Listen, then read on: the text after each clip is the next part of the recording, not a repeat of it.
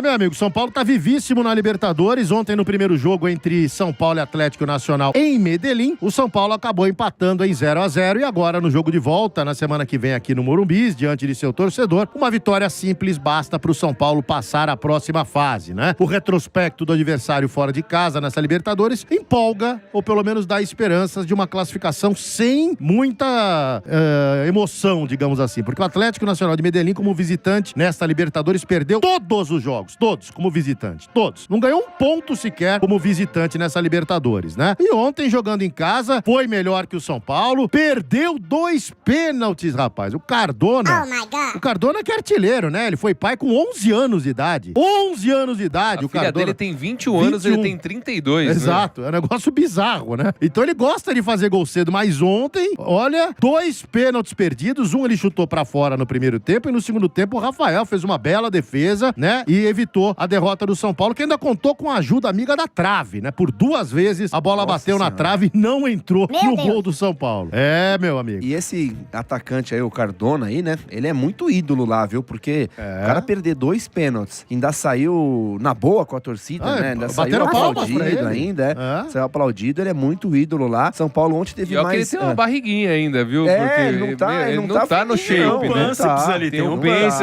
a cara redondona, né? Exato. Parece que ele fez um gol no Rogério Ceni, né? Bateu um pênalti no Rogério Ceni lá atrás, em 2014, se não me engano. Então já tá no final de carreira aí. Mas São Paulo teve mais sorte do que juízo ontem, né? São Paulo não fez uma grande partida, pelo contrário. Toma 2 bolas na trave e 2 pênaltis. Um jogo que poderia ter sido uma tragédia pro São Paulo na Colômbia. São Paulo teve muita sorte. Será que a sorte de campeão, amigão? Será que a sorte que o São Paulo tava precisando ter, né? Porque aqui no Morumbi, 1-0 pro São Paulo é um resultado super tranquilo, super possível. Como você disse, Lima, o Atlético Nacional não ganhou nenhum jogo fora de casa, então São Paulo tem tudo pra conseguir a classificação na terça-feira que vem. É isso, né? Eu acho que assim, o resultado ele foi bom, viu, Lima? Mas claro, a atuação, ela foi muito ruim, cara. Ela foi muito ruim, né? Então, já é a segunda atuação, quando o São Paulo ele joga fora de casa e joga, assim, a primeira contra o Flamengo, que o São Paulo ele abre mão de qualquer tentativa de agredir o adversário. Pra mim foi um problema, tanto que eu cheguei aqui e eu critiquei. E eu acho que ontem foi muito próximo disso. Eu não sei se o São Paulo ele abriu mão, né, de agredir o adversário ou se ele não conseguiu mesmo, né? Se ele tentou e não conseguiu, né? Porque assim, você também tem que levar em consideração que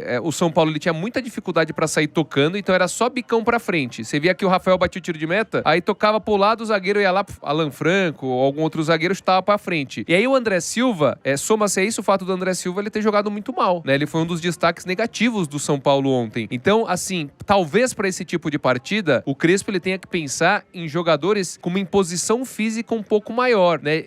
Pra brigar mais ali com os zagueiros. Falando em característica, não falo nem qualidade, tipo, sei lá, um Dineno da vida, já que você não tem o Caleri. Mas, Rani, já te pergunto, eu assistindo o jogo, eu tava torcendo pra ele tirar o André Silva e colocar um Ferreirinha ou um Lucas, pra ter a possibilidade do São Paulo buscar um contra-ataque, um pouco de velocidade. Não pensava nem em força física.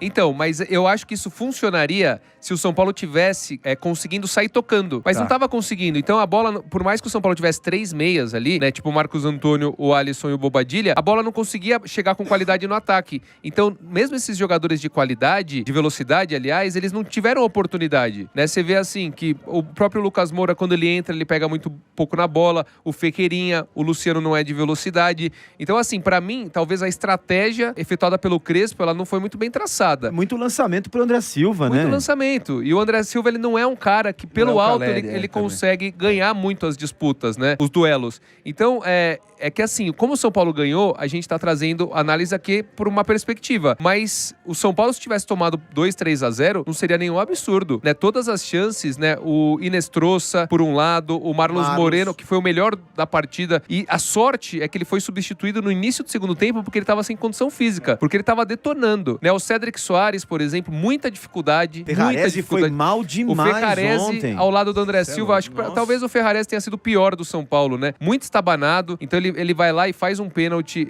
porque a bola toca na mão dele, depois faz um pênalti também, por ser estabanado, e é um zagueiro que vinha bem, eu até tinha elogiado o Ferrarese aqui recentemente, falando, né, que talvez ele fosse o zagueiro que mais estivesse se destacando, mas ontem foi uma uma partida horrorosa. Então, assim, o Crespo, resultado excelente, né? Libertadores, empatar fora de casa contra o Atlético Nacional, não é fácil. Porém, em casa até acho que o São Paulo vai se classificar, porém o Crespo ele tem que achar maneiras de jogar fora de casa quando o adversário vem pra cima do São Paulo, coisa que ele ainda não conseguiu encontrar.